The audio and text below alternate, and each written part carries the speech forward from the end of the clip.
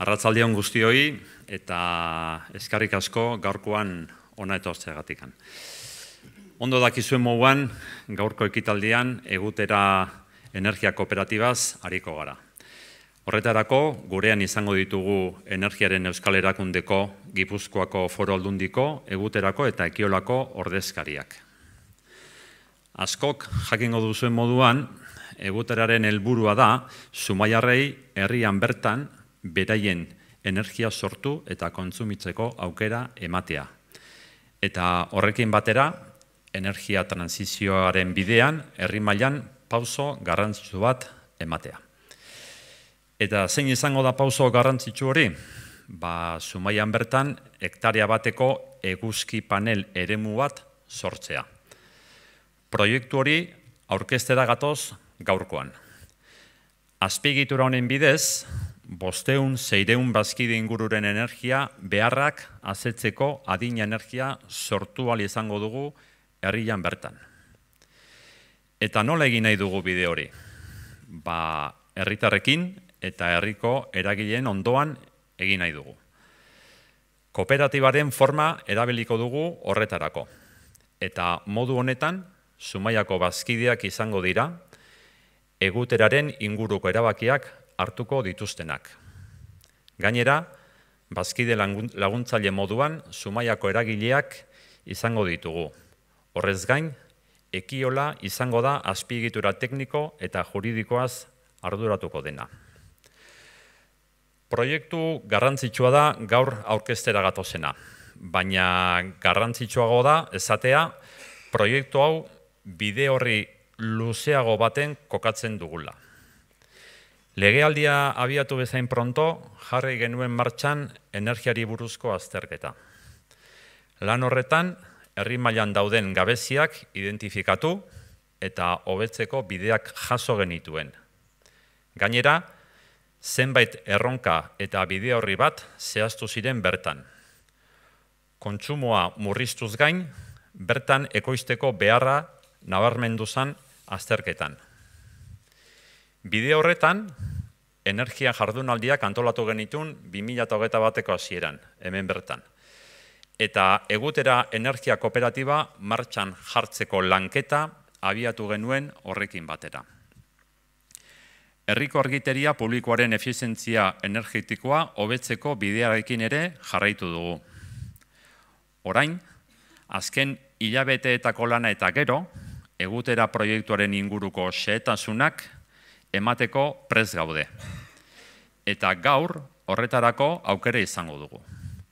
Hurrengo fase eta epeak azalduko dizkigute.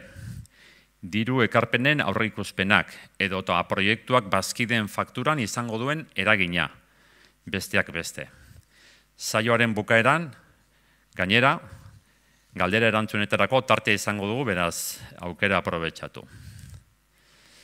Azken finean, energiaren arloan aldaketa garaia datoz, eta trantsizio energetiko justu bat egitea ezinbestekoa dela uste dugu. Horretarako, energia jasangarria ekoizteaz gain, kontsumoa jaistea, autokontsumoa bultzatzeko, pobrezi energetikoari erantzun emateko, eta finean, burujabetza energetikora bidean beharrezko pauso guztiak eman beharko ditugu datozen urteetan. Luzea da egiteko dugun bidea, baina goazen gaurtik hastera. Esan bezala, eskerrik asko guztioi eta oain hitz emateiot EBko zuzendariari Inigo Anzolari. Eskerrik asko.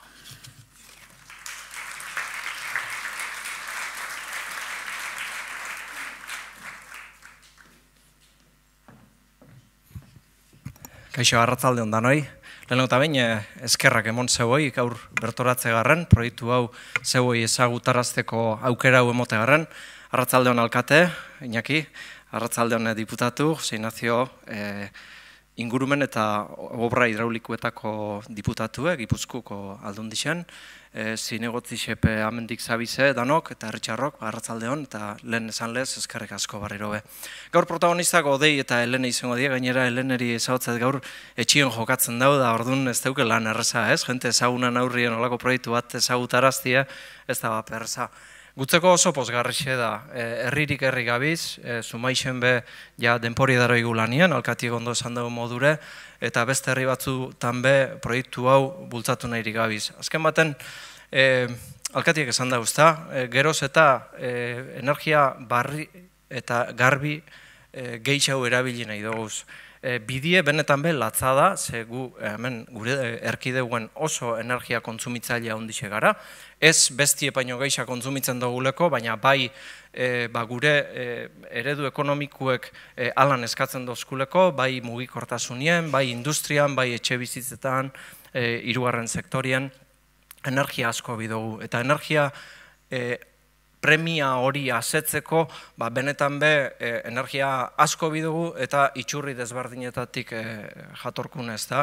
Horretarako proiektu haundixek bidoguz, energia barriztagarrixekin, geroz eta erregai fosil gitxiau erabiltzeko, bai parke eoliko, zein fotovoltaiko, asko sortzen dauen, energia asko edo argindar asko sortzen dauen proiektuek bultzatu bidoguz, eta proiektu ertainek bebi duguz, nik kiola egutera kasu honetan hor kokatuko neuke, eta gero, zelan ez, geure etxietara iritsi arte ez da, beti izaten dugun, geugandik azitxe eingo dugu proiektu handi bat. Proiektu txiki askokin proiektu handi bat eingo dugu, eta zelan ez, Europak berak agintzen dozkun modure, herritxarrok, gu geu, norbanakotik azitxe, parte hartzeko aukeri eukitxe. Bai autokonsumoen, bai honelako proiektuek bultzatuz, eta ia benetan be etorkizunera begire lortzen dugun geroz eta mix energetiko garbixau bat eukitxea.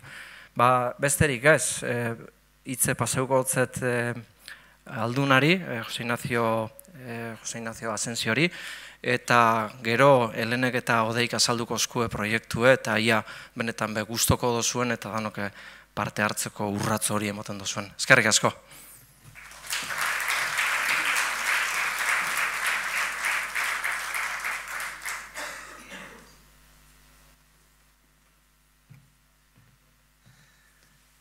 Arratzalden guztioi, eta, mila esker etorri izaten guztioi. Iñaki eta Iñigok ja esplikatu dute ia dena, baina ez naiz errepikatuko, baina bai azpimarratu zenbait gauza, ez?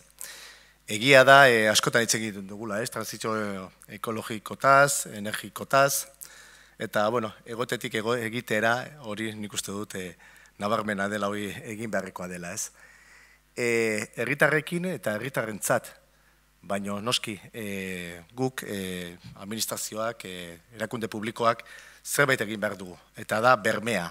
Bermatu behar dugu egiten den gauza guztia gardentasunez egiten dugula. Eta horregatik, Iñaki, Iñigo, gu geuk, diputazioan egin beharrekoa hori da, ez?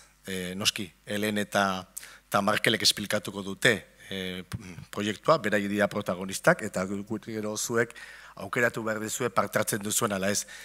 Bai animatu, pandemia garaia bizi dugu, inbasio bat bizi dugu, zer eragina duen gure energia kostuetan, gure energiaren mixa edo mix energetikoaren aldaketa egin behar dugu, eta hortarako ezinbestekoa da energia berriztagarriak bultzatzea. Ikusiko dituzue abentailak, ez bakarrik ingurumenari begira, baizik eta baita ere gure fakturetan zer eragina izango duen. Eta hori ezinbestekoa da bultzatzea horrela. Eta Iñaki oso ondo esplikatu du, herritarrekin informazioa zabaldu da, beraiekin lan egin behar da, eta noski beti informazio osoa jaso behar dezue, eta esan bezala, eta errepikatzen ari naiz, gardentasun osoz. Animo, eta nik uste dut hau dela bidea, eta gero galderak erantzuteko preste egongo denok. Animo, benetan, eskerrik asko.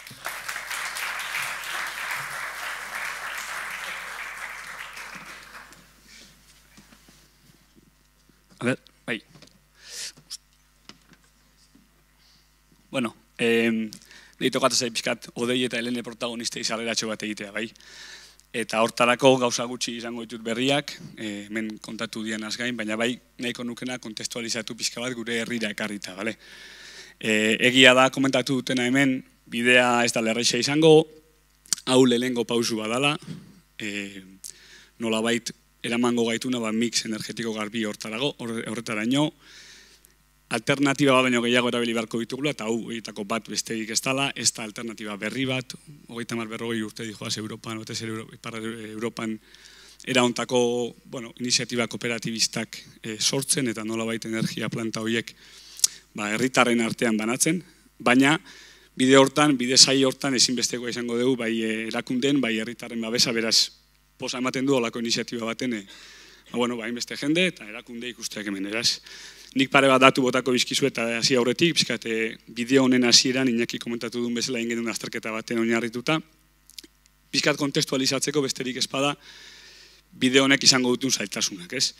Kontuan izan, Zumaian bertan, gaur egun konsumitzen dugun energia guztian 9% bat dagokiola bakarrik etxe bizitzetan konsumitzen dugunari, 10% ez dela iristen, beraz, gainontzeko energia konsumo guztia etxe bizitzetan konsumitzen ez dena da, garraioak, industriak eta bar.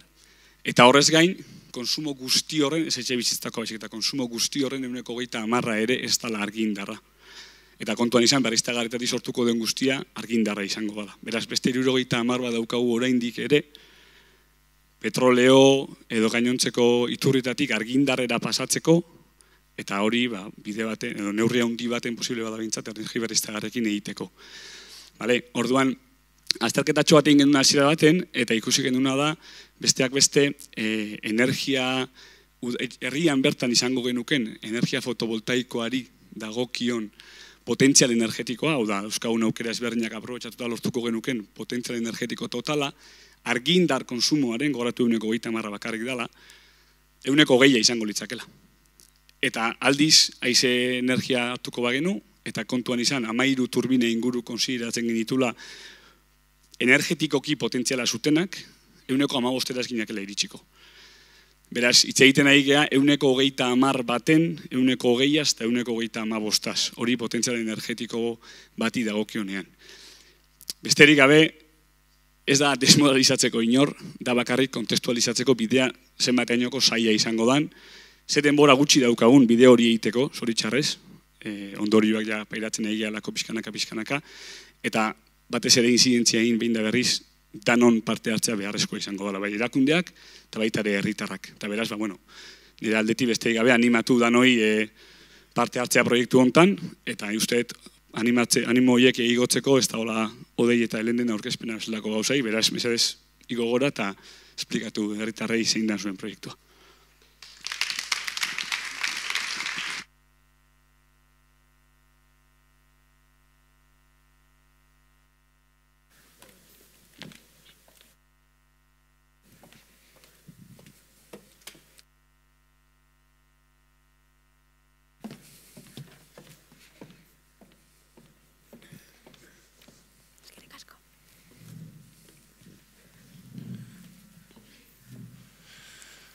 Txaldean guztioi, eta mila esker etorri izanagatik. Saiatuko gara aurkezten proiektua nahiko konplexua da, saiatuko gara modu harin eta errez baten esplikatzen, eta gero dauzkazuen zalantza guztiak argitzeko prestutasun osoz. Arratsaldean baitare. Lehen da bizi eskerrik asko, etorri ziaten da nahi, gaur arratsaldean tartetxo txiki hau hartzearren. Eskerrik asko Inigo, eskerrik asko Jose Ignacio, eskerrik asko Iñaki, Alex, eta hemen Odeietan gabe, baina gaur azalduko duguna ez da Odei eta Helenen lan bat, daizik eta bai krean, hemen dazkau Asier gure kapitaina, eta Magoia ekiolako zuzendaria, asike behaiei ere bai eskerra. Orduan, presentazioa hasi aurretikan bitegio txiki bat jarriko deu, bai, proiektuaren ezaugarri nagusiak esplikatzen ditunak, eta seguru aski Odeieketan baino bete esplikatuko dutela. Badago argindarra sortzeko eta kontsumitzeko beste modu bat. Ekiola, energia eredu berria. Ekiola, herritarren kooperatiba energetikoa da. energia eredu berri bat sustatu nahi du eta horretarako 25 urtean argindarra sortzeko behar den instalazioa eraikiko du herri bakoitzean. Eta zu ere izan zaitezke bazkide. Inbertsio txiki baten truke, ohikoa baino energia merkeagoa lortuko duzu. Gainera, diru laguntza eta kenkari fiskalei esker, urte gutxiren buruan amortizatuko duzu ekarpena. Kooperatiba bakoitzak bazkide kopuru mugatua izango du lehen fasean. Izena ematen duten lehen 450 bazkideentzako izango da lekua. Bazkide kontsumitzailez gainera, hainbat bazkide laguntzaile izango ditu bideragarritasun energetiko, ekonomiko eta legala ziurtatzeko. Mondragon taldea, Krean ingeniaritza sustatzailea, Euskal Energia erakundea, Udala eta herri eragileak. Denak ere, parte hartzaile aktiboak energia trantsizioan eta energia eredu berri horren alde. Herritarrok behar dugun energia herrian bertan sortuko dugu. Beraz, 0 kilometro deritzon energia izango da. Argindarra sare nagusira joango da eta kontsumitzaile bakoitzak orain arte bezala sare nagusitik jasoko du. Beraz, ez da aldaketarik egin behar etxeko instalazioetan. Fakturazioan eta beste kontu guztietan ere, gardentasuna izango duzu. Horretan ere, eredugarri izango da Ekiola. Ekiolak, kanpoko energia iturrien menpekotasuna gutxituko du, eta ingurumenarentzat egokiena den energia berdea sortuko du. Gainera, Euskal Autonomia Erkidegoa ahaldunago egiten lagunduko du bertako ekonomia indartuz. Eta klima aldaketaren auzian ere lagunduko du. Informazio gehiago nahi duzu? Webgunean topatuko duzu informazio gehiago. Ekiola, gure etxean, gure energia.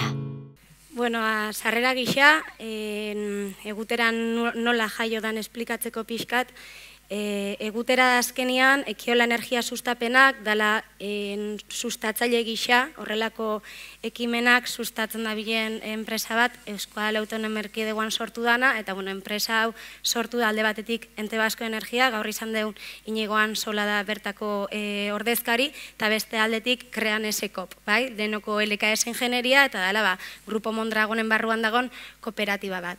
Orduan, bi bazkide hauek sortu dute Ekiola energia sustapenak, Euskal Autonomia Erkidego mailan, Zumaian indan egutera moruko komunidade energetikoak sustatzeko. Bai Kreanek eta bai Ente Basko Energiak horrelako egitura antzekotan izan deu historikoki lana, gustatzen zaigu pixkat azpimarratzea Ekianen ingenuen egitura, ze azkenean, naiz eta ez izan gaur egun egutera bezalako bazkide egitura bat dakan iniziatiba bat, pixkanak hasi ginen ja energia konsumo eredua aldatzeko egiturak iten energia berriztagarrietan, Kasu honetan zan planta solar fotovoltaiko bat, baina ohiko plantekin iten dan aldaketatzat jarri ginona izan zan, lurzoruan zeuden hektareak ingenitun bazkidatzeetan sakabanatu, eta orduan bertako jabiak dira, enpresa txikiak edo ez horrein txikiak, bertan sortzen den energia hori, behaien konsumoetara helarazteko, ez?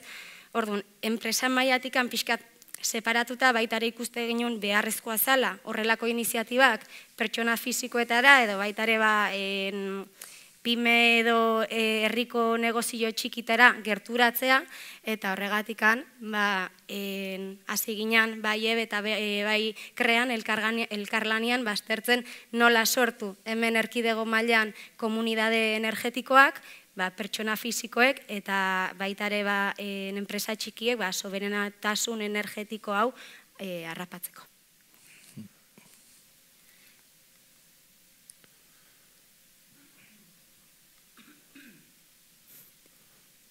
Blogatu inda. Apunta bai.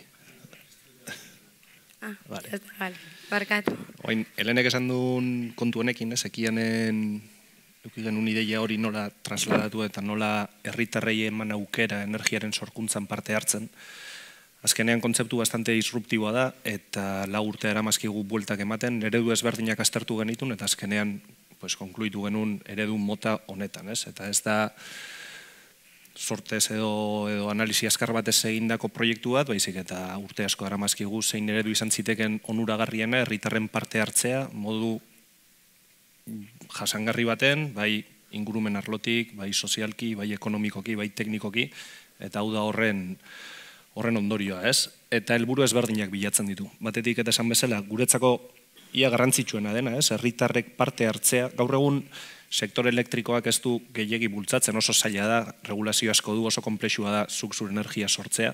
Badago autokontsumo real dekretua jarri ditzazkezunak panel fotovoltaikoak zure teilatutan, da zuk autokontsumitu, baina ikusten genizkion eredu horri mugazko zeuskala, ez? Osea, hemen Euskal Herrian dentsia demografiko oso handia daukagu, eta ehuneko altu batek ez dauka teilatu nahikoa bere panel propioak jartzeko, ez? Orduan horrek Real Dekretu hori muga batzen, Euskal Herrian energia berriztagarria garatzeko eta norbanakoak bere energia sortzeko, eredu hori ez zitzaigun nahikoa iruditzen, eta gainean normalean ez du zu kontsumitzen dezunaren ehuneko ehuna sortzeak konpentsatzen, eredu horretan, eta azkenean egin una pairtaidetza zabal bat, inungo restrikziorik gabe, eta horrela herritarrak ez soilik sortu bere energia, baizik eta jabetzaren parte izan, ez? Kooperatibaren parte zean enean, proiektua kooperatibaren izango da, eta kooperatiban parte hartuko dezuten jende guzti horrek izango du bere energia sorkuntzaren jabetza eta bere kooperatiba edo proiektuaren zati bat, ez? Eta horregatik esategu horrela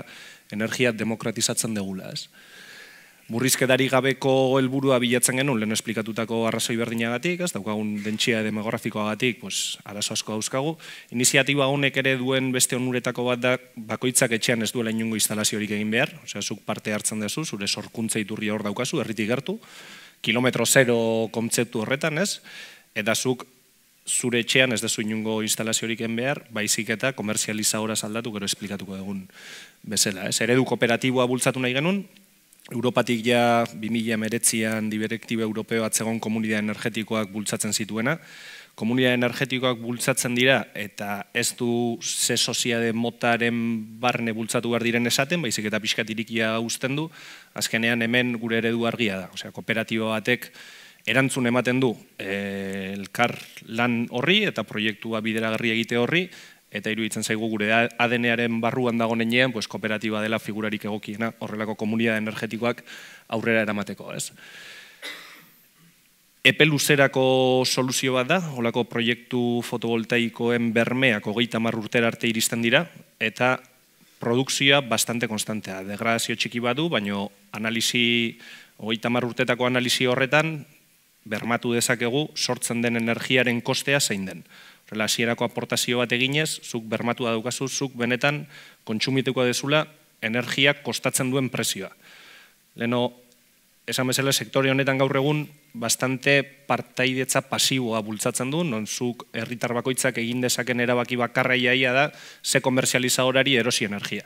Eta komerzializadorak normalean ez dute sortzen, komerzializadora horiek, merkatuan, hirugarren bati erosten diote energia hori, ez? Guk hemen egin nahi genuna zen, herritarrak sortzea bere energia, eta gaina ez soilik sortu, baizik, eta sortzea kostatzen duen prezio hori bere fakturara trasladatu alizatea. Eta hori da eredu honek duen konplexutasun handienetarikoa, baina aldi berean iniziatiban indarra handienetarikoa bat ere bai, ez?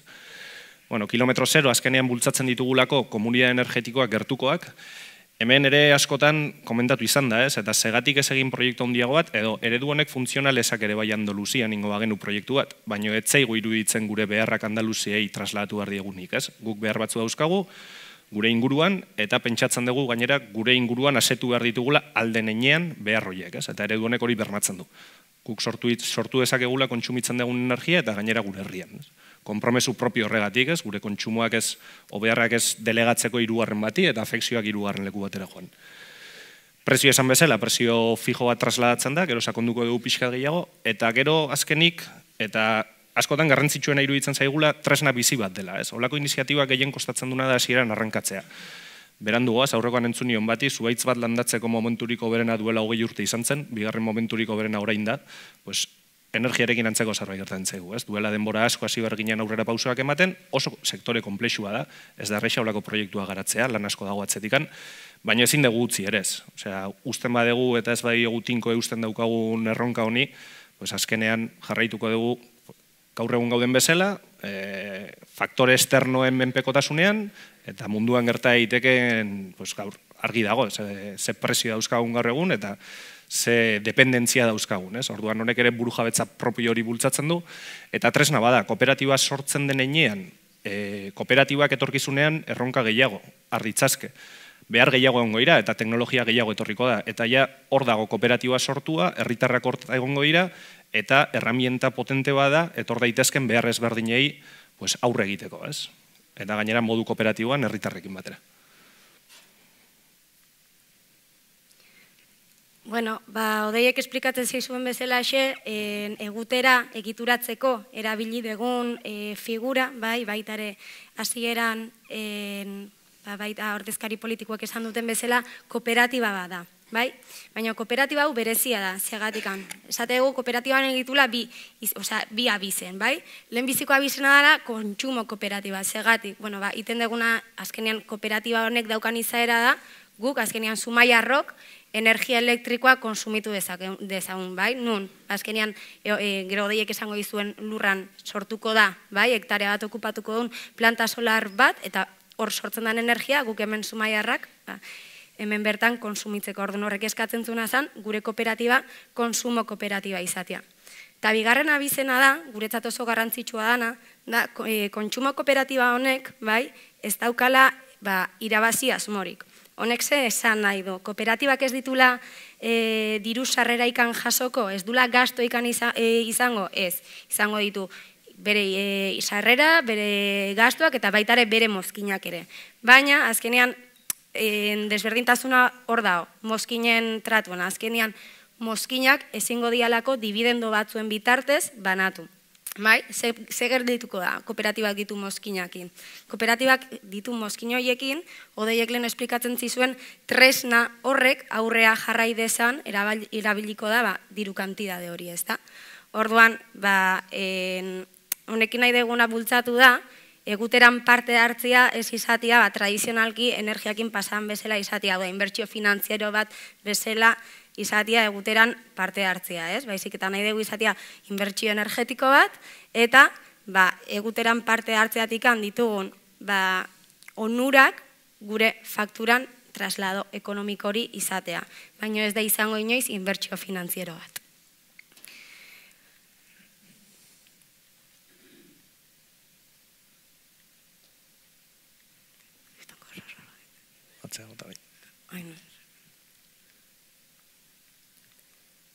Bale, mentxe. Kooperatiban egiturai dagokionez. Hasieran bai komentatu den bezala, hau da konsumo kooperatiba bat. Honek zen nahi du esan.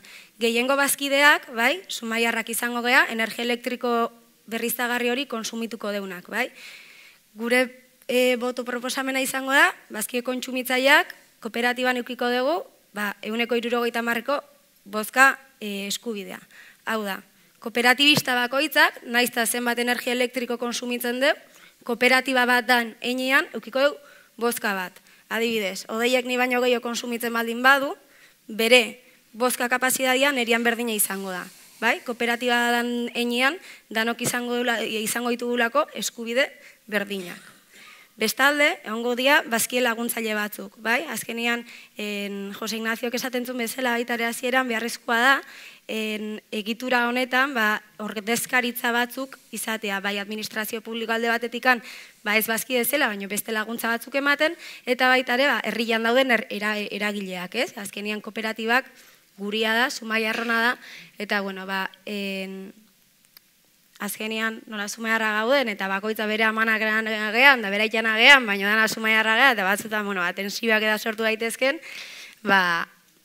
tensio horiek, pixkat moderatzeko, eta baitare, azkenean bakoitza gaude gure gauzetan, eta beharrezkoa dare behotia, kanpokoa dian beste pertsona batzuk, hau gestionatzen, eta pixkat honen zuzendaritza ere eramaten lagundu izaten, ez? Honetaz aparte baita, naizta bazkidetza kasua danona izan, gehongo da kontseilu errektore bat, Kontseilu errektorea da, kooperatibaren, administrazioa gutxi gora bera eramango duen organoa. Orduan, kontseilu errektorean egongo dira ordezkari batzuk izango gela bazkie kontsumitzaileak, eta gero horietatik egongo dira beste bi ordezkari izango diala bazkide laguntzaileak. Orduan saiatuko gea, danan artean kooperatibak aurrea jarraitezan.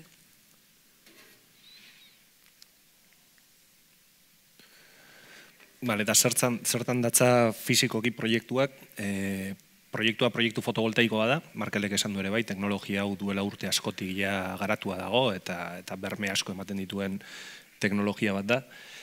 Lurzoruan landatuko dugu, hor oikian dagoen hektaria bateko lurrean. Saiatzen gerana beti ere da alik eta inpaktu gutxien izaten lurreremu hortan, proiektu hauek nahi bezulen pasa, eta hola, esplikatzen dijoa. Ez nahi sartuko teknikoki deskribitzea zer den proiektua sakonki, baina gero zalantzarik baldin baukazue, galdetu lasai. Azkenean guk ez ditugu lur mugimenduak sustatzen, lehenengo kopakapena bilatzeko aspektu ezberdinak jorratu behar dira, horrelako proiektuak, leheno bideoan agertzen zuen bezala, distribuzio sarera konektatzen da, orduan komeni da distribuzio saretik gertu egotea proiektua. Akzeso bat behar du ere bai, orduan karretera batzuetatik ere gertu egon barko litzateke, eta gero orografia bat ez dezan izan 1,5 malda baino gehiago. Hori dena aztertu dugu, eta lurrau azkenean kokatu dugu edo binkulatzea lortu dugu, proiektu aurrera eramateko, eta proiektuan bertan, nahiko sinplea da, struktura metaliko batzuk inkatzen dira lurrean, struktura parrilla bat egiteko, oien gainean panel fotovoltaikoa jartzea dira, 2304 panel fotovoltaiko izango dira, gutxi gora bera, bakoitza 555 batiokoak, tamainean 2,3 metro bider bat koma bat dira. Panel fotovoltaikoek eguzki indar hartzen dute eta efektu fotoelektrikoa bidez, energia fotoelektriko hori korronte zuzeneko energian ateratzen dute, eta hori sarera sinkronizatu alizateko inbertsore fotovoltaiko batzuk jartzen dira. Eta ostera transformazio zentru bat. Hori da pixkat proiektuaren ekipamentu printzipalak edo. Bai, paso horrengora. Nola egiten dugu guk azterketa? Eta hau proiektuaren helburu nagusietako bada. Bermatu nahi genuna da herritarrak aukera izatea beraien kontsumaren 100% sortzeko gaitasuna izatea. Horretarako herramienta bat berezi bat martxan jarri dugu eta irikiko dugu informe pertsonalizatuak egingo dizkiogulako interesa duen edonorri inungo konpromesuri gabe.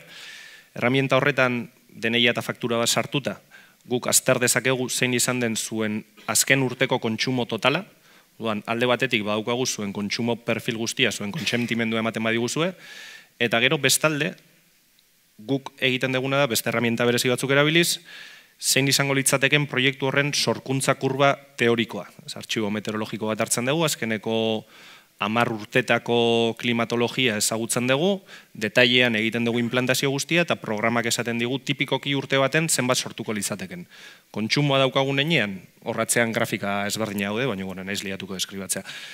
Sorkuntza dakigun enean eta kontsumoa dakigun enean, jakin dezakegu norbanako bakoitzari o famili bakoitzari zenbat panel fotovoltaiko dagozkion, bermatzeko urte osoko balantzean bera kontsumitzen duenaren 100% sortuko duela. Gero hemen zalantzak sortzen dira, segertatzen zait gehiago kontsumitzen badet, gutxiago kontsumitzen badet, aurrerago esplikatuko dugu, baina kontzeptualki hori da ideia, ez? Norbanakoak justifikatu ezakela, bera gaur egungo argazkiarekin sortuko duela kontsumitzen duen energiaren 100%. Eta horretarako, sektor elektrikoa nagusiki funtzionatzen du. Sorkuntza dago, distribuzioa eta transportea lehenengo, eta gero distribuzioa, eta gero komerzializazioa. Sorkuntza sektore liberalizatua da, non edonorrek parte harlezake, egia da zaila dela, porque oso regulatua dago, inbertsio handia behar da, eta horregatik guk sustatzen dugu kooperatiba denon elkarlanean aurrera eramateko horrelako iniziatibak.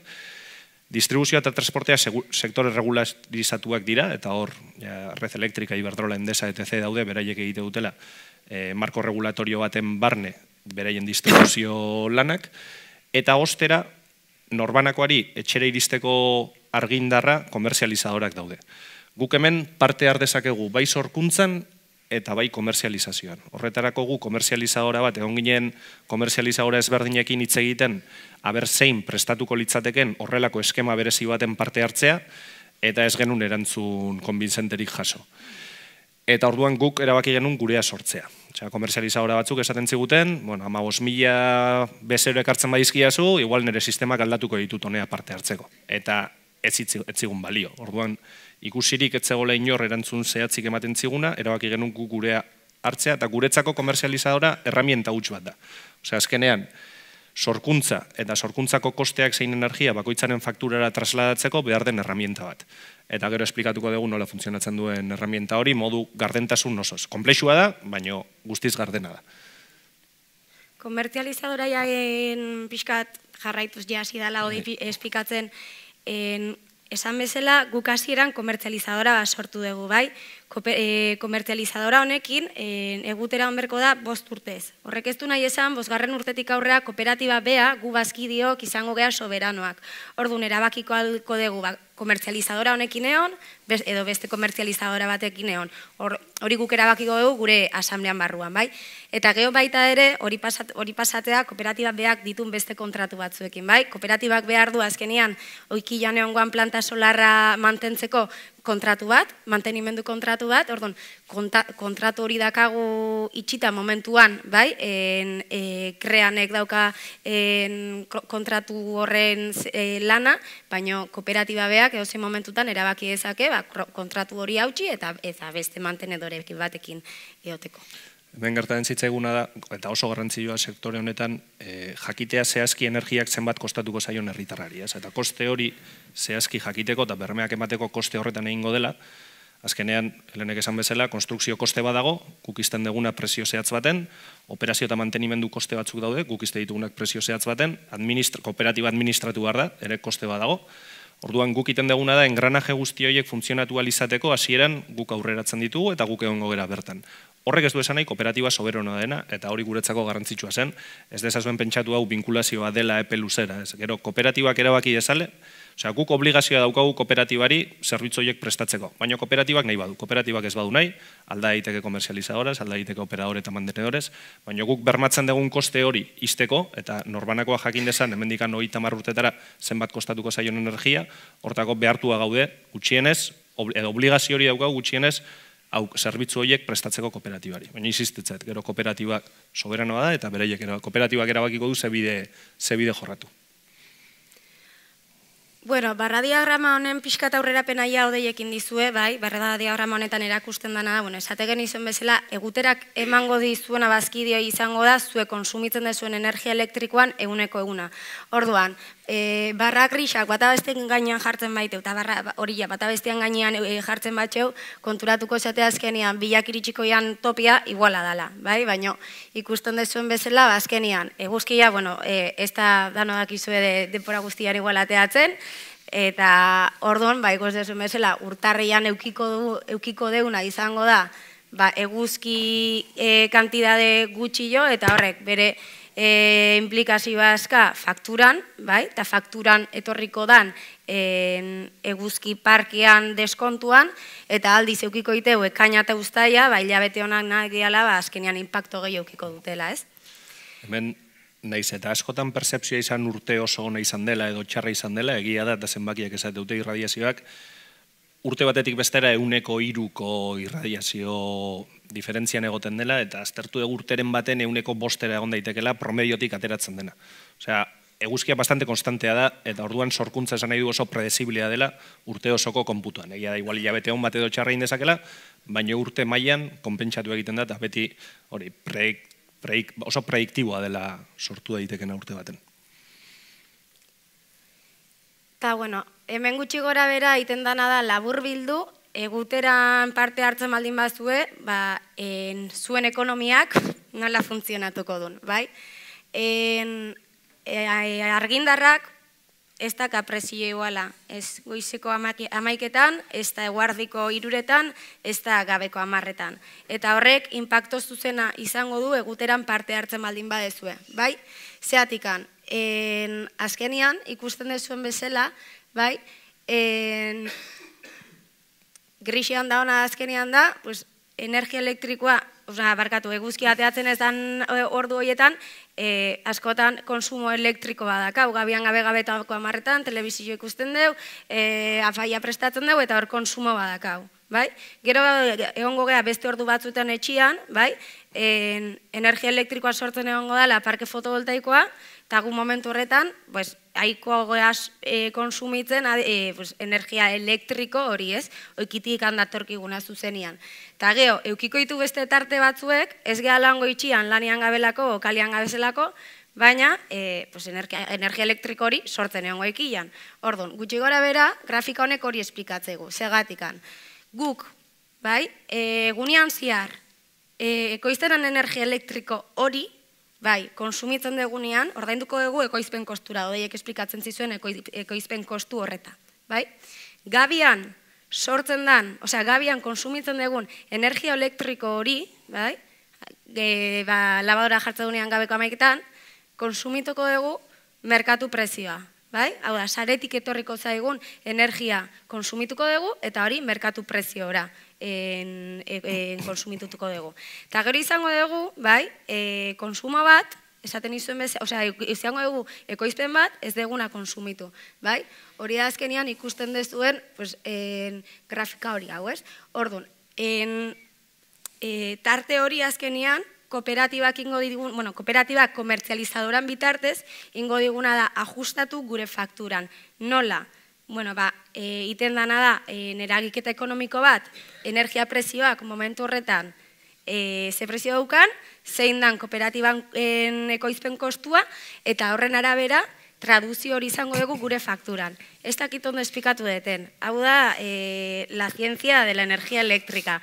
Azkenean, poltsa bat sortzen da, ez? Hor ikuste dezut egunean zehar estedenteak dauden enean eta kontsumitzen ez dezun enean, energia saltzen da, eta hori poltsa bat sortzen dizu, eta poltsa hori aprobetxatzen dezu, gero gauetan kontsumitu alizateko hor daukazun poltsa hortatik, ez? Ez como un konsumen diferido, pixkat. Hori da. Gero egia da ere bai, honek reperkusia daukala, hau egunerokoa da, baino estazionala da ere bai.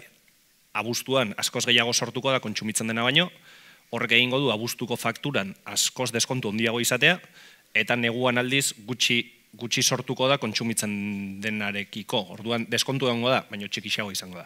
Orduan, guri beti gustatzen zaigu hitz egitea balantzea anualeaz, porque horrek emate dizu benetako argazki finko bat, ez? Galde ulasai, kero galdetuko zue, baina... Bale, hemen gero esplikatuko izkizu ze fasetan gauden, eta pixka representatu nahi izan dugu zein den proiektuak dauzkan fase guztietako inbertsio totala, ez? Kooperatibari kostatuko litzaiokena, proiektu hau hasierako sustapen lanetatik, urte bat baino gehiago daramagu proiektu hontan lanean, azterketa ezberdinak egin behar dira,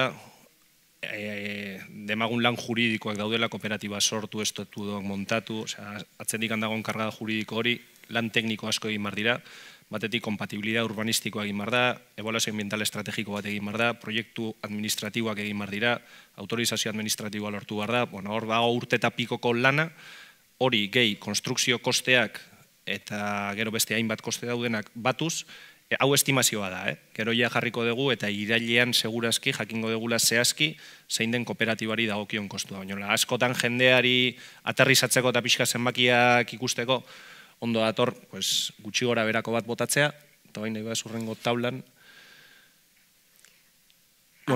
Hori hor jarri dugun hori da, kostatuko litzaiokena kooperatibari utxean.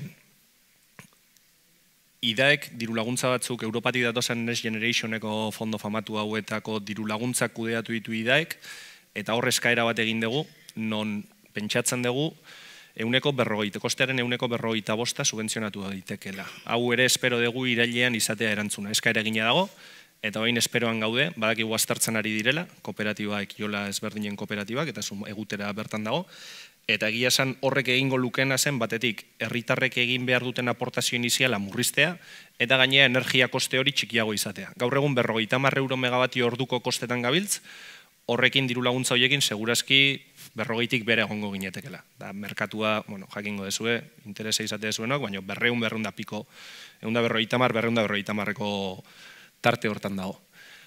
IDAeko diru laguntzak eskatu ditugu, bestetik ogasunak ere urtean aprobatu zituen dedukzio fiskalak, horrek esan nahi du norbanakoak inbertsio bat egiten badu kooperatiban, energia berriztagarrietan, ez soilik eredu honetan, beste dozein eredutan, IRPF-ko deklarazio egitera di joanean, 115ko inbertsio horren 115 itzuli egiten diotela.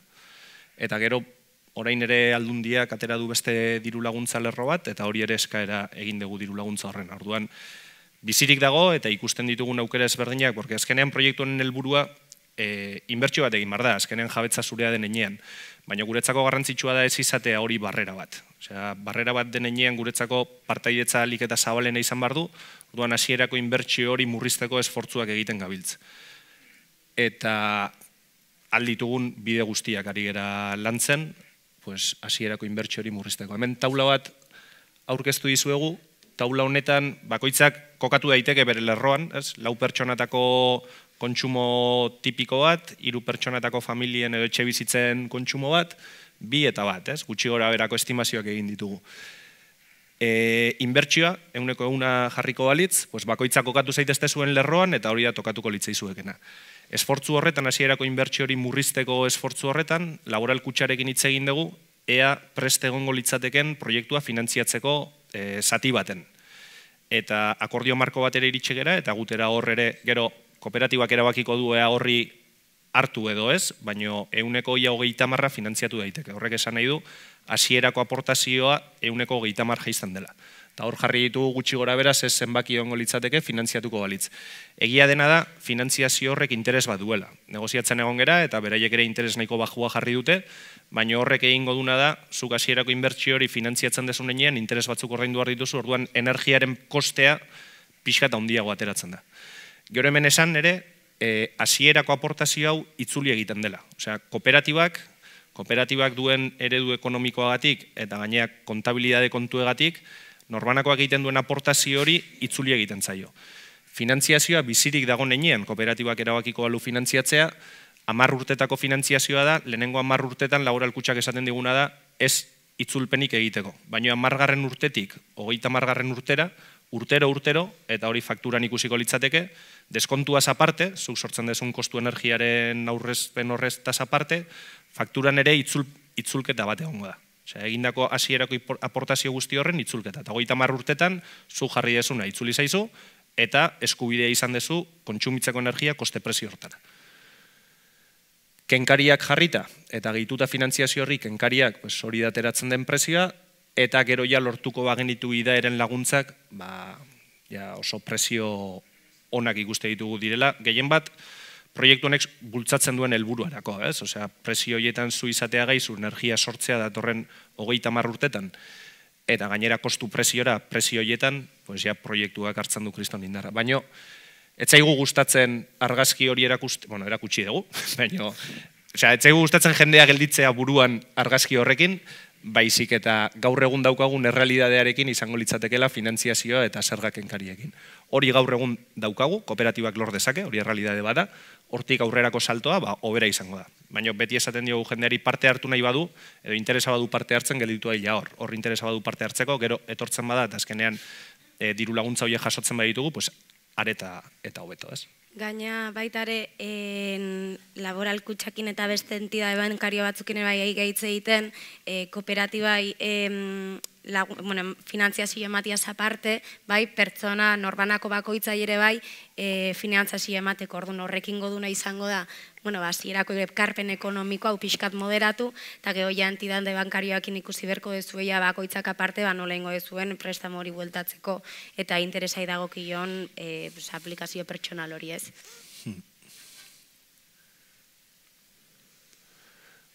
Vale, eta irailean edo abisatuko dizuegu, aurre inskribitzen bazerate, oin aurre inskripzio epea irikia dago, horrela komunikazio zuzena izango dezue, egite ditugun abantze guztiekin, aparte webean ere ikus dezakezue.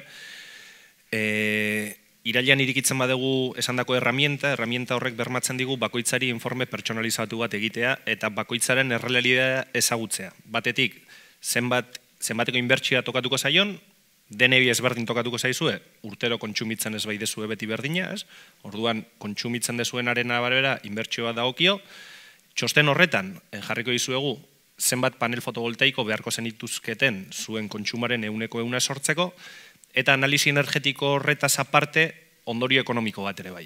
Eta hau da pixkat agertuko zaizuen, hauek eredu erreal batzuk dira, non eguteran parte hartuta edo parte hartu gabe, urtean zenbat kostatuko litzaizueken energia.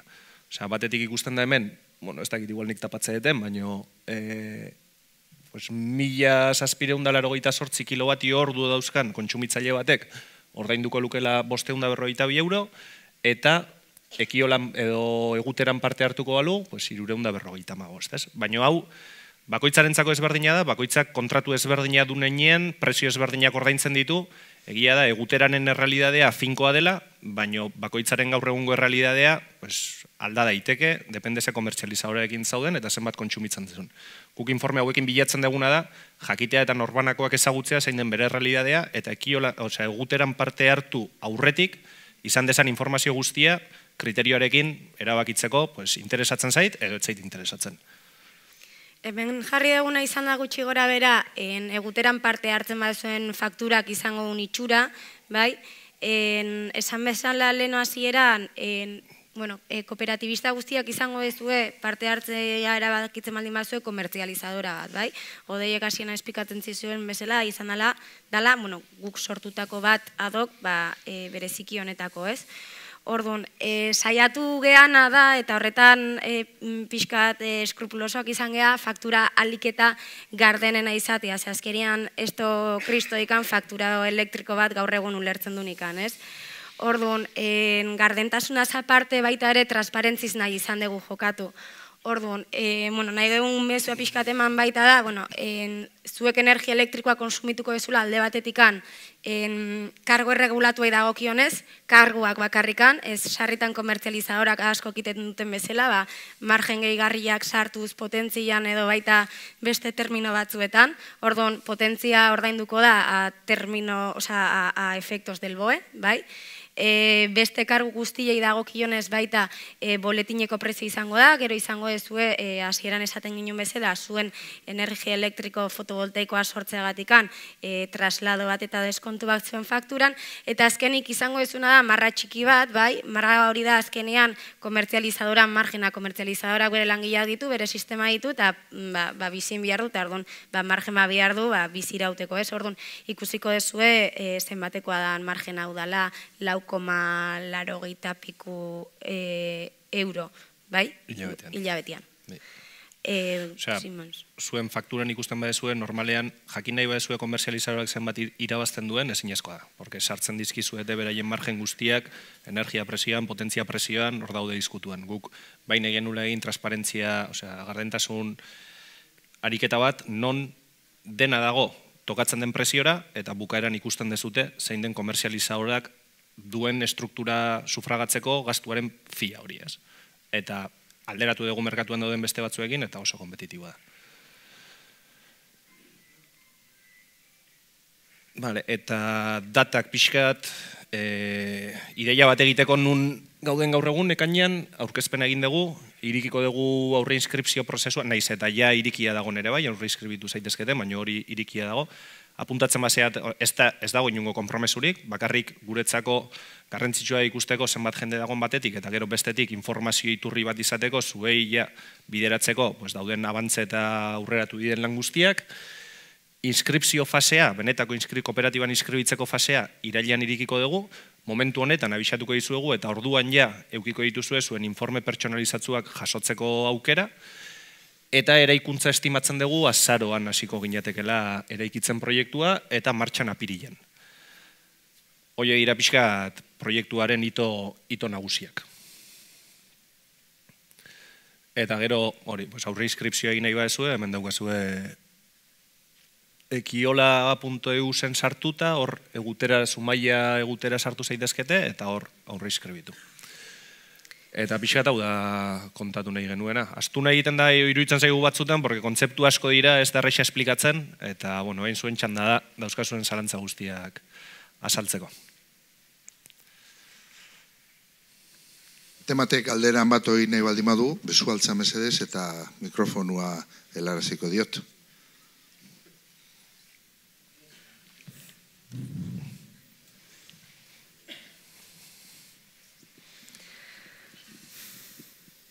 Arratsaldeon, nik bi zalantza askat, bat kooperatibaren osaeran, esan duzu 170 herritarrak, 130 erakunde edo entidade laguntzaileak edo lako kontzeptua da, hori pixka gehiago zehaztia badakazue zer dan laguntzaile horiek zein dian, erakunde publikoak hor sartzen dira, ze implikazio dute erakunde publikoak proiektu honetan, bermea emateko momentuan, edo, bueno, ez dakit, udala parte izango zen, etzan, hori pixkat argitzia.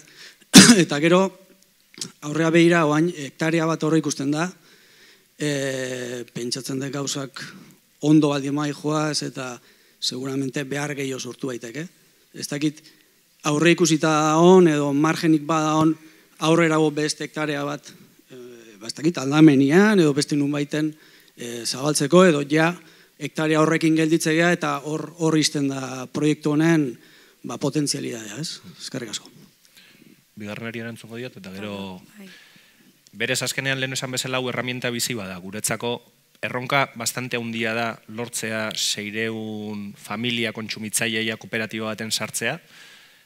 Proiektua martxan jartzen denean eta ikusten bada behar gehiago dagola, gero kooperatibak erabaki dezake, ea gu ez gera hasi gehiago lehenengo nahiago, lehenengo errealidade bat konformatu, eta bain errealidade hau konformatzen degula, ja ikusiko dira zeintzu diren urrengo pausak. Baina gero hor kooperatiba da, guretzako hori da puntu garrantzitsuenetakoa. Kooperatiba eta kooperatibista horiek erabakiko dutea, kooperatibari ze bizitza eman, eta beste proiektu fotovoltaiko bat egin, o beste proiektu eoliko bat egin, o beste donolako proiektu egin. Orduan, guk gaur egun ez daukagu kontemplatua, hau bideragarri egin nahi dugu, hortikan aurrera bai, eta gainera garrantzitsuena izango litzateke, kooperatiba eta hor parte hartzen duen jende kontzientziatu guztiak, dauzkagun gure behar energetiko horiek asetzeko aurrera pausu gehiago ematea. Eta ez horiek elektrikoak, termikoak ere izan daitezke. Eta lehenbiziko galderai erantzunez, bazki laguntzaile bezala gaur egun daude alde batetikan gertu, merkatarian taldia, gero bestalde daude Zumaiako bi eskolak, bai herri eskola institutua eta Zumaiena, eta gero udalan laguntza prozedura honetan normala da, eskenean hasieratikan eta proiektuak beak eskatzen du udalan laguntza, udala gainea baita ere kooperatibai diru laguntza ekonomiko bat eman dio, azkenean proiektua bakarra dalako, interes generala bukalako, eta hasieran esaten ginen bezala irabazi asmorik gabeko dalako, orduan azkenean Zumaiko udala dao, Zumaiko kooperatiban laguntzaile moruan. Bazkide bezala ez, baina bai laguntzaile moruan.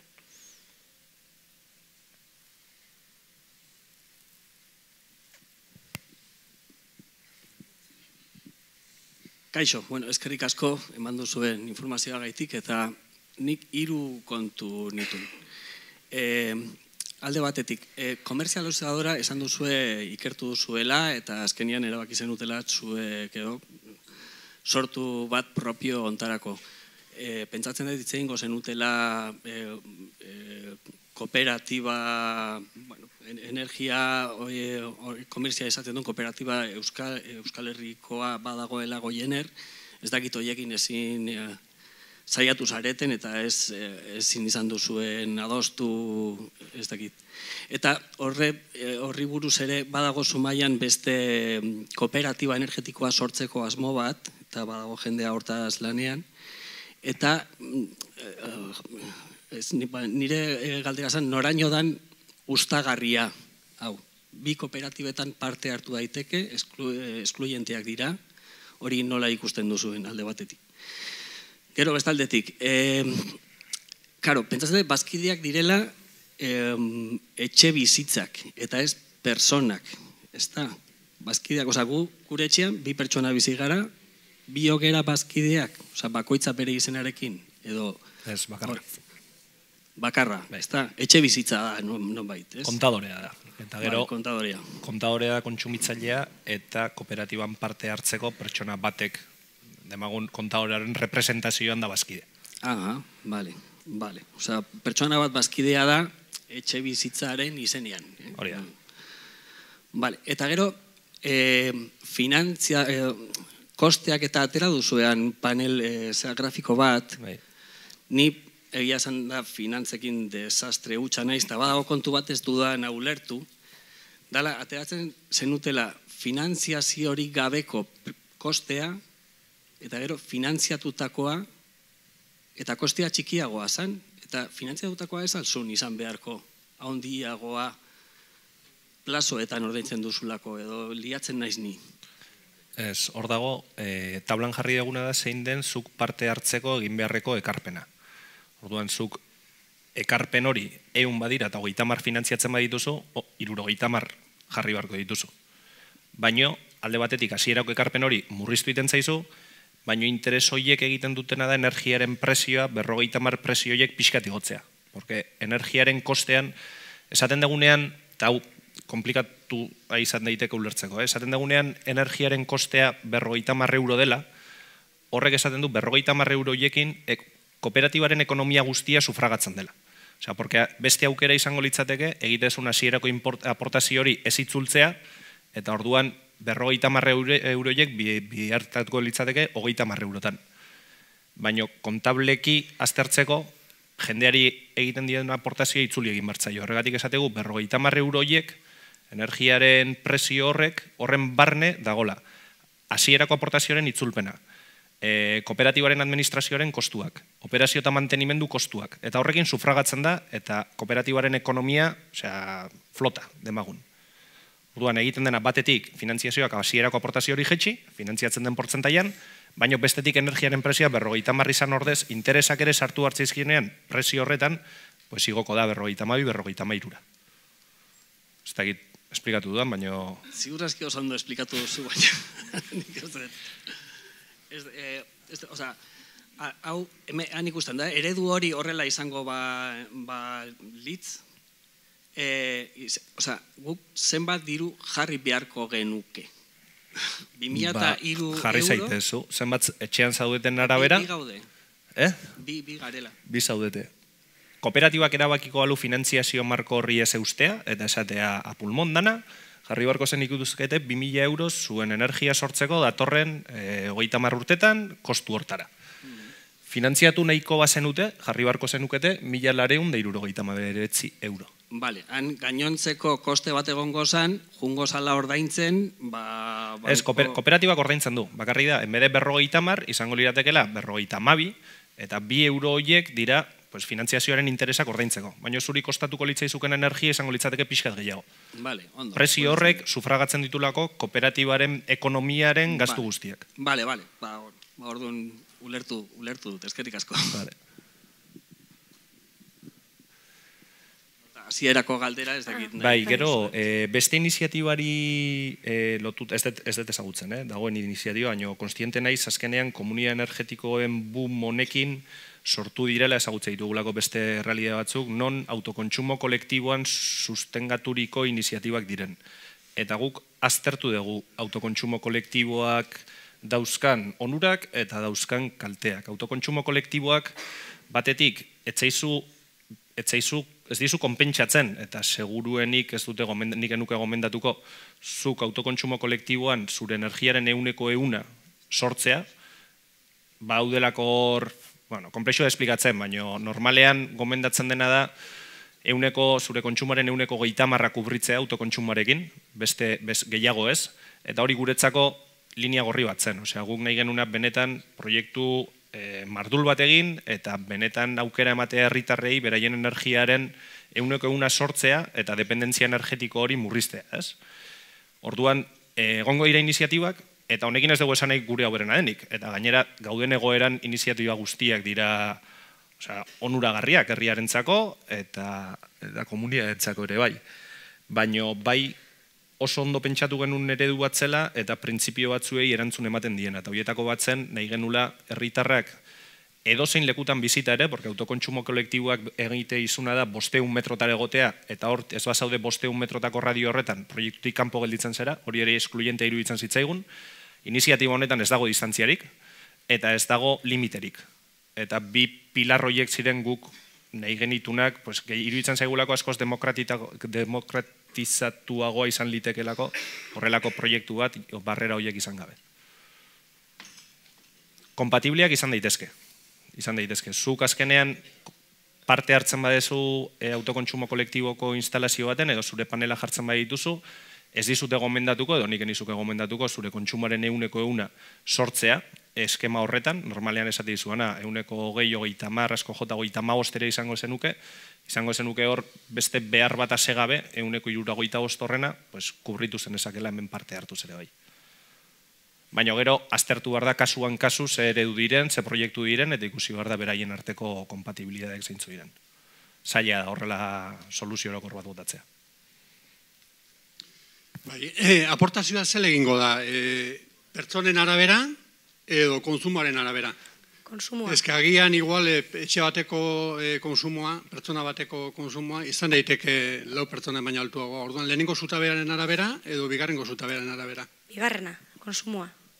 Hau jartzen dugu eredu bezala bakoitza kokatu dain pixka nun dagoen, baina ostera egingo dituguna da bakoitzaren kontsumoa aztertu eta kontsumo horren txosten egin. Eta gero beste galdera bat, etxe bizitetarako eta negozioentzako ere bai, edo?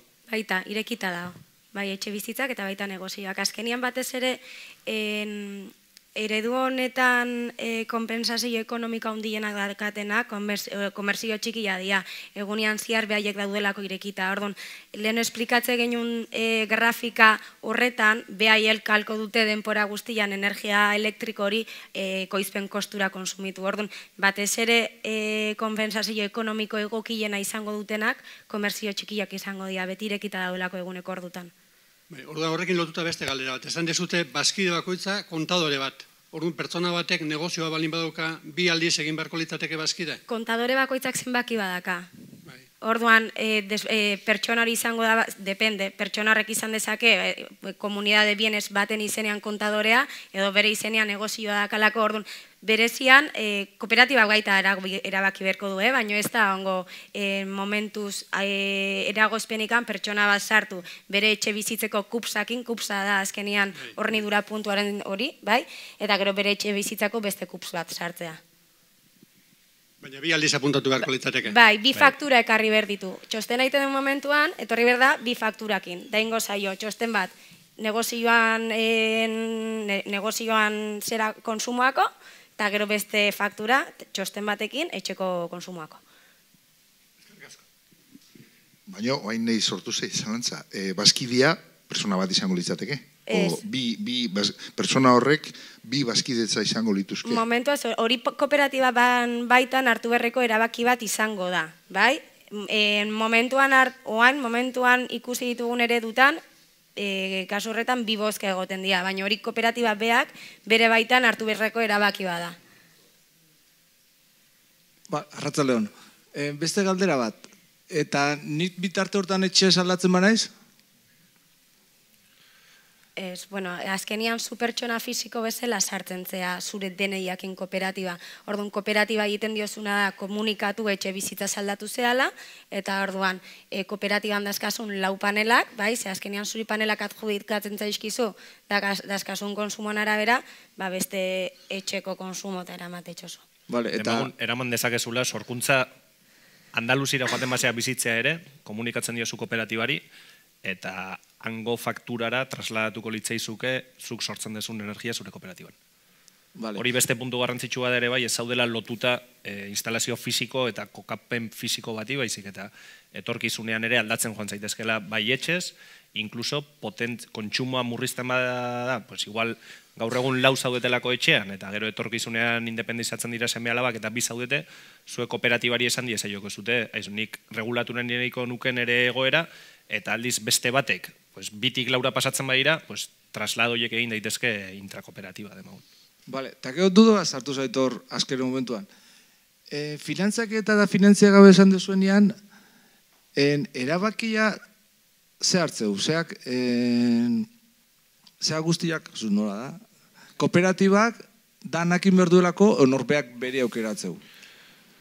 2 linea daude. Bai, esplikako du, gaur egun kooperatiba sortuta dago, bai, ze azkenian sustapeneko ekintza danakiteko kooperatiba sortu inbihartzen, bai. Orduan, kooperatiba dago sortuta krean eta ebek sortutako horrekin, sozietate horrekin, eta gero daude bazki laguntzaileak.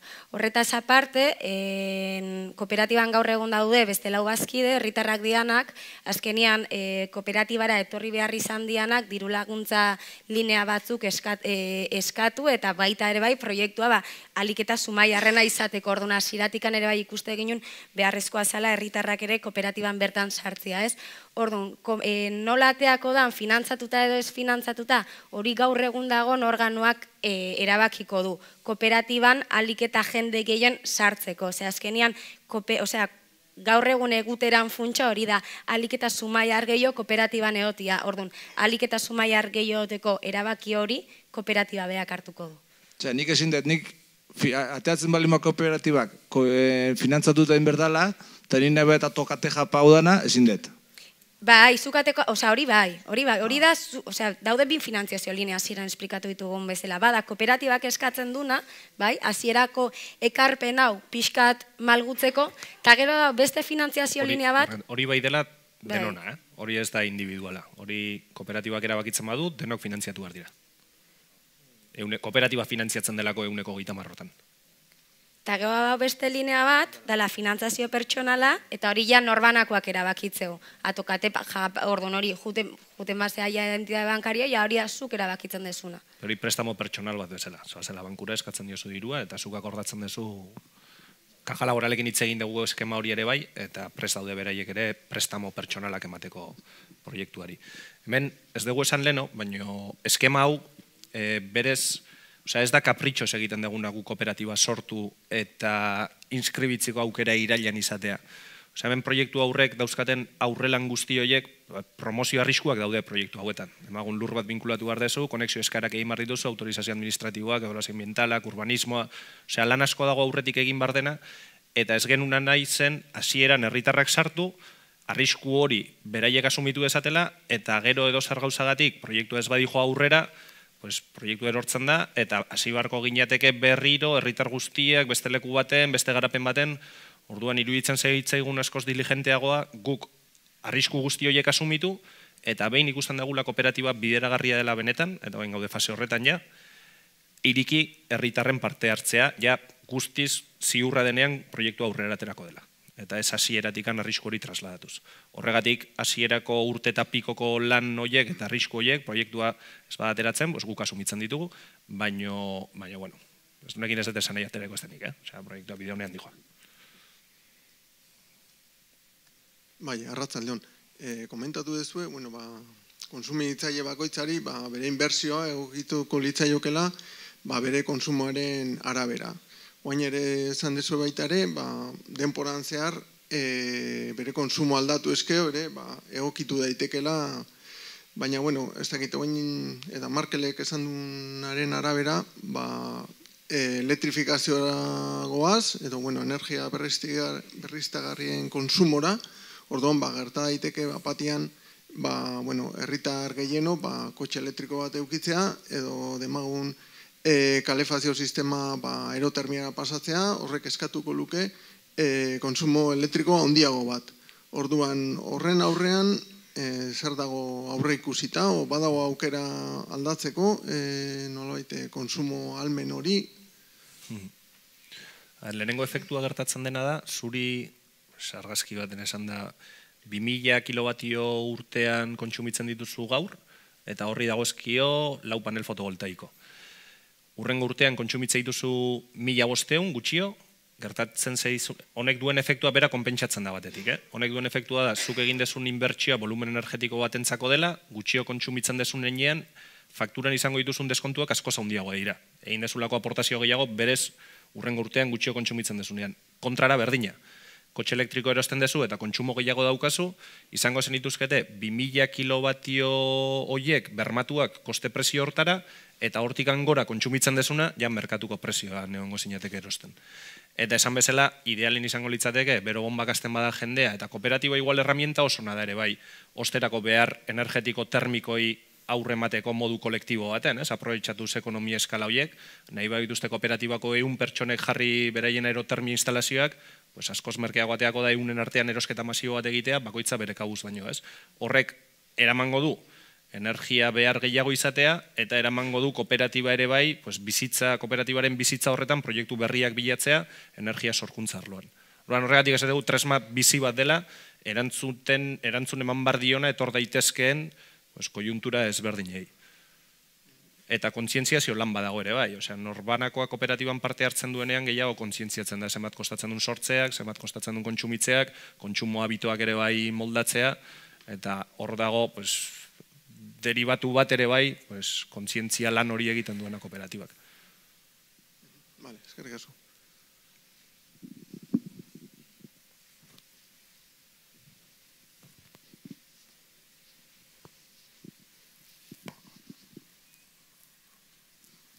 oin okurritu zait, etxe bizitza komunitate bat bazkide esan daiteke? Ez. Ez. Esplikatu, zegatik ez. Ez. Da gauza bakarra ezet. Ez, a ber, etxe bizitza komunitate bat ezin da izan bazkide ez daukalako pertsonalidade juridiko independientea bat. Orduan, zu bazkide bezala, nahi baldin badezu kooperatiba batien sartu, izan behar dezu personalidade diferente bat, bazkide dan personana, ez? Orduan, bai, zifa da, baino ez da pertsonalidade juridikoa. Orduan, SL bat izan daiteke, SEko bat, osea, kooperatiba bat izan daiteke, komunidade bienes bat izan daiteke, baina justu komunidades de propietarios ez. Ez. Bai, niri duda sortzen zaizkit, bi aldiz aipatu dezue prezioa, merkatuko prezioa. Bat, panelak, berez, niri dagozkidan panelak ematen duena gainditzen baldin badet, esan dezue ordainduko detela gehiezko hori merkatuaren prezioan. Eta irutu zait, baita ere, aipatu dezuela merkatuko prezioa gabean, esate batean, konsumitzen detena. Osa ez baldin badu panela momentu hortan funtzionatzen, merkatuko prezioan ordaindu beharko nukela. Hori aklaratzen nahiko nuke, zein kasutan ordaintzen dut merkatuko prezioa, eta merkatuko prezio hori zein da? Gaur egungo distributzailearena, Iberdrola kasu, Goiener, galdera horiek. A ber, eredu bat jarrita, merkatua subasta bat da, orduz-ordu prezio bat duena. Eta hor dijoazte kontsumitzaile guztiak, dijoazte sortzaile guztiak, eta merkatuak orduz-ordu, arraia subastatzen den bezala, beste sistema baten, sistema marginalista baten, orduz-ordu prezio bat du. Demagun, prezioa lineala dela. Osea, merkatuan ateratzen den prezio hori lineala dela. Kasu horretan, bermatzen dena da, zuk kontsumituko dezun energia, ateako zaizula, koste preziora, 50 eurotan, zergaitik. Zuk eszedenteak saltzen dituzu merkatura prezio horretan, eta erosten dituzu prezio berdinean. Orduan, zuk berez ordainduko dezuna da, zuri kostatzen zaizuna. Baina ez da realidadea hori. Realidadea, orduz-ordu, badaudela aldaketa batzuk. Orduan, zuk egunean saltzen dezun preziora, eta gauean erosten dezun prezio hori, osea, porque volumen energetikoa demagun, sarean saltzen dezula eta kapitalizatzen dezu, eta kapitalizazio horrekin energia erosten dezu. Diferituan, ez? Prezioa berdina izango balitz, kostea berdina da. Egunean merkeago bada, gauean baino, aterako litzaizuke diferentzial bat ordaintzea. Enbede 50 izango litzateke 53. Edo aldiz, sortzen dezun ordutan garestiago bada gauean baino, ateako litzaizuken bede 50, 57. Orduan hor badago diferentzial bat. Guk aztertu ditugu historikoki, merkatuak izan dituen variabilidadeak, eta diferentzialak oso akotatu daude. Honek esan nahi du, ez dezula ordainduko 50 beti, baizik, eta badagola esposizio bat merkatura. Eta merkatua ez merkatuaren prezioa, merkatuaren diferentzialera. Orduan gaur egun 200 dena ordainduko zenuke 50. Eta egunean zehar, 200 eta gauean 220 egoten bada, ordainduko zenuke egunean zehar 50 eta gauean 70. Diferentzial hori soportatzen delako prezio hortan. Gabeko 10etan adibidez... Baina zuk nola egunean zehar sortu dezun energia gehiago, demagun zuk poltsa bat egiten dezula, eta aprobetxatzen dezu daukasun egunean zeharreko poltsa hori gauean erosteko. Orduan bai erosiko dezu merkatu preziotik, baina bai ingresatu dezu merkatu prezio egunean ere bai. Horretik, merkatu prezioa konstante izango balitz, zuk ordainduko zenuke parra. Erabiltzen dagulako merkatua almazenamendu bat bezala.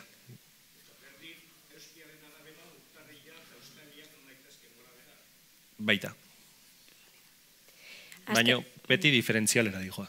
Saiatu bergean adazkenian, guteran parte hartzen den momentuan, gaur egun gabian dazkaun konsumo horiek egunean ziarrea pasaten. Azkenian bere garaian reziklajiakin eta inginen bezala, baina saiatu bergea gure konsumo iturak ere bai pixkat aldatzen ez, eta albaldin badeu gabeko 11etan jartzen den labadera, goizeko 8etan jarri, de hecho gaur egun goizeko 8etan daun energia elektrikoan presioa da, garestienetako bat, ez, egun guztian ziar, eguteran parte hartuko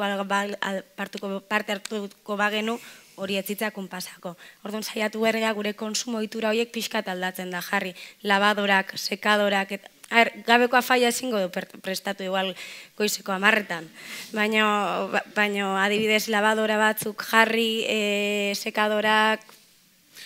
plantxa iten dunak. Baita ere pentsatzen egon gera, aztertzen gaudet, eta etorkizunean almazenamendu sistema, gaur egun almazenamendu oraindik ez da ekonomikoki bideragarri ateratzen. Proiektuak egiten dira, baina beste subentzio edo beste arrazoi batzuengatik, ez? Baina ikusten ari gara, gaur egunez presio guztiak igo direlako, baina egoera normal baten eta behikulu elektrikoa benetan aurrera bai joa, almazenamendu kosteak jaisten direnean eta bideragarri egite dutenean implantatzea proiektuan ere akoplatu daiteke almazenamendua. Eta prest daukagu proiektua teknikoki, etorkizunean almazenamendua akoplatzeko. Horrek egingo luke, sorkuntza kurba eta kontsumo kurba ajustatzea gehiago. Eta egunean zehar, barra hori hortan almazenatzea, eta askatzea energia, eta orduan zuk demagun kuadratuko genukela gehiago eguterak eta kooperatibista guztien kontsumoak. Baina gaur egun oraindik ez da bideragarri hori.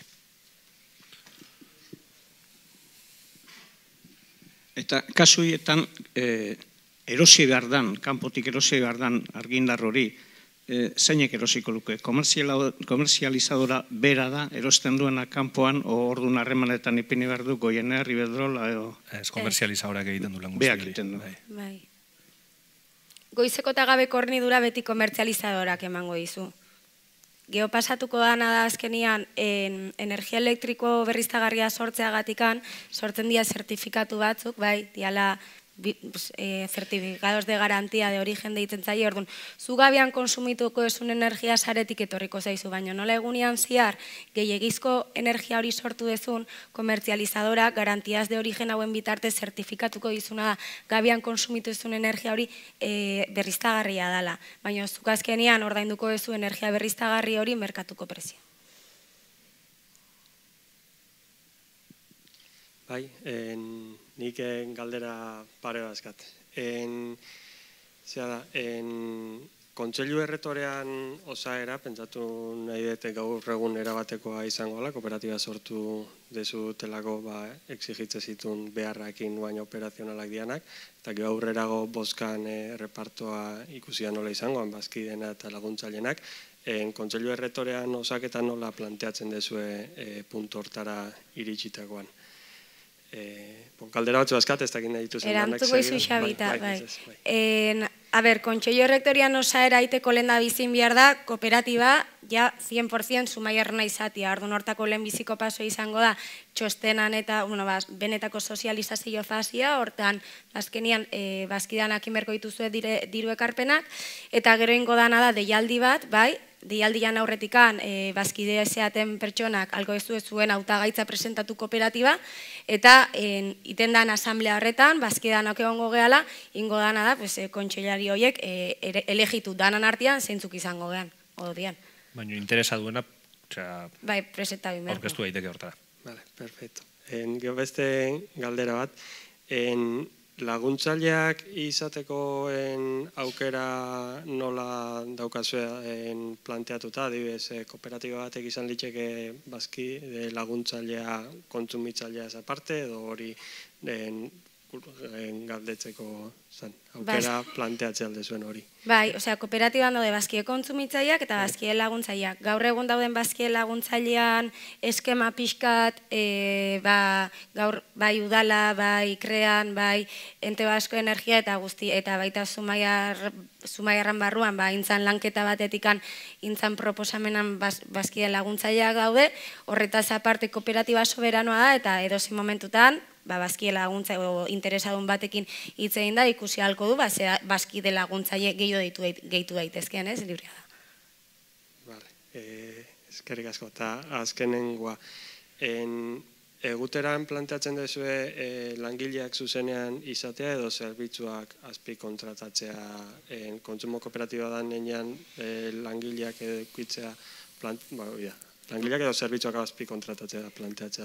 Momentuan, hau pixka da ekonomia de batalla. Orduan guk emateko, gaur egun ematen ditugun los costes de generación, hau da, ekoizpen kostua zenbat egingo dan, guk zifra batzuk itxi behar izan ditugu, proiektu aurrera ateratzeko, ez? Eta zifra horiek itxi ditugu zerbitzuak subkontrataztuz, ez? Horrek ez du nahi esan, denpora guztian esaten nahi gehan bezala kooperatiba soberanoa da, eta hemendikan 5 urtea kooperatibak erabaki ezake, bizumaiar hartu, kooperatibako gestioa eramateko. Bizumaiar hartu, operazio eta mantenimentua emateko. Eta bizumaiar hartu komertzializazioa eramateko, pixkat zaila ikusten dut. Baina baita beste komertzializadora bat hartu, baina momentuaz dagoen guztia subkontratatua da, bueno, zerbitzuak subkontratatua dira. Bale, eta ja azkenengoa, igual galdera asko egiten nahi nez, baina pulean erosi beharko zuten argindar beharrezkoa gauez izango gana, berriztagarria izatea planteatzen duzu egunean, edo hoi... Ez daukagu beharrik berez, azkenean, lehenek esan duen certificados de origen, o garantías de origen, proiektuak sortzen ditu. Azkenean, zuk bermatzen desuna da, zertifikatu horiek dauzkazula. Proiektuak sortzen ditu nenean, trasladatzen da guztiz. Orduan, zuzenean erabaki dugu merkatura erostea eta merkatutik saltzea. Baina, zertifikatu sistema honekin, bermatzen dena da, zure fakturan iritsiko zaizula, zure energiaren eguneko eguna berriztagarria dela. Proiektutik datorkizulako. Eta eguzki plakak sortze dutena baino gehiago behar baldin bada... Orduan bai erosi beharko genituzkela zertifikatuak. Komertzializadorak erosiko ditu GDO horiek, certificados de garantía de origen, eta zuk nola excedente konsumo badakasun, que se va de tu generación, garantía de origen horiek bere presioan pasako izkizu faktura elektrikoan. Eskerrik asko. Ikustea lanpila bat indezuela, da buelta asko mandizkiezuela. Eskerrik asko, Jagi.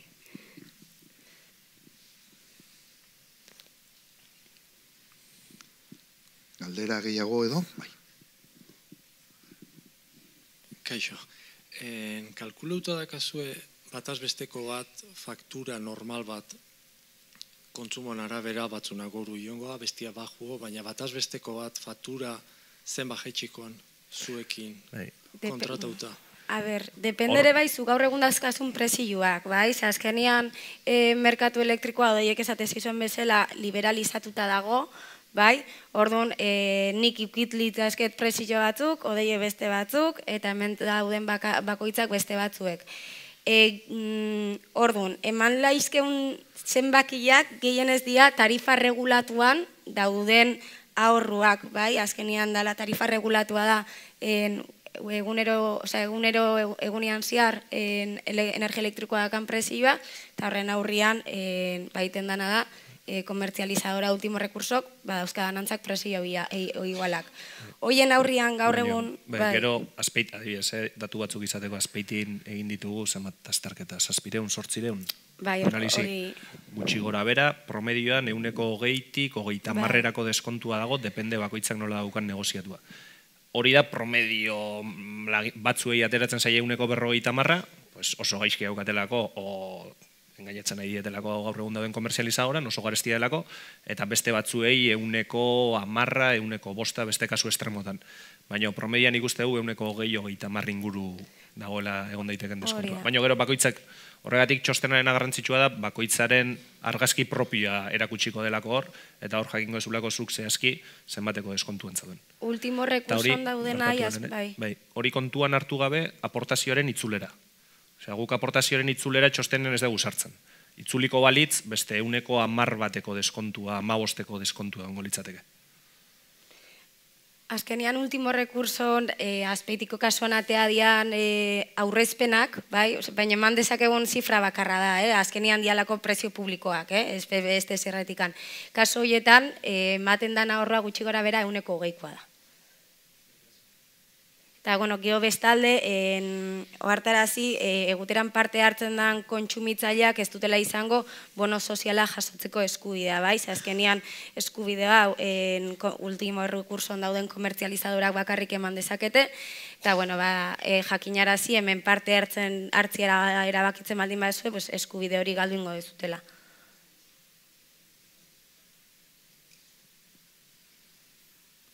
Beste galderarik edo? Pixkat luzatu zaigu. jendia joaten hasi da baita ere. Bueno, hemendik aurrea, aurre inskripzioa egitea animatu nahi zaituztegu. Bueno, Odeik eta Helenek esan duten bezala, iraila bitartian aurre inskripzio hori egiteko tartia daukagu, oaindikan. Aurre inskripzio horrek ez du ezertara behartzen izena emateak. Ez da ere azterketa egingo da eta azterketa egiteak ere ez du inolako obligaziorik sortzen. Beraz, animatu nahi zaituztegu aurre inskripzioa egitera eta zuen inguruko jendia ere, gogua balein badeuka bintzat, aurre inskripzio hori egitera. Nahiko erraza da internetez egitea. Ekiola.eus webgunean sartu ezkeo, hor ikusten dira proiektuak, ez dakit aukera izango deun edo, bai.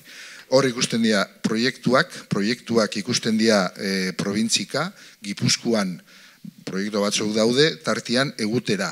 Hor sartu ezkeo, zuzenian ikusten da eguteraren evoluzioa nola dijoan zenba pausu eta pausu bakoitza burututa daun edo ez, eta baita ere izena eman nahi dut. Izena eman nahi dut horretan, bakoitzak eskatzen dira lau datu oso simple, ia kolefazioa elektrikoa dan, ia ize egokitua daun, zenba lagun bizizaten, eta datu personalak.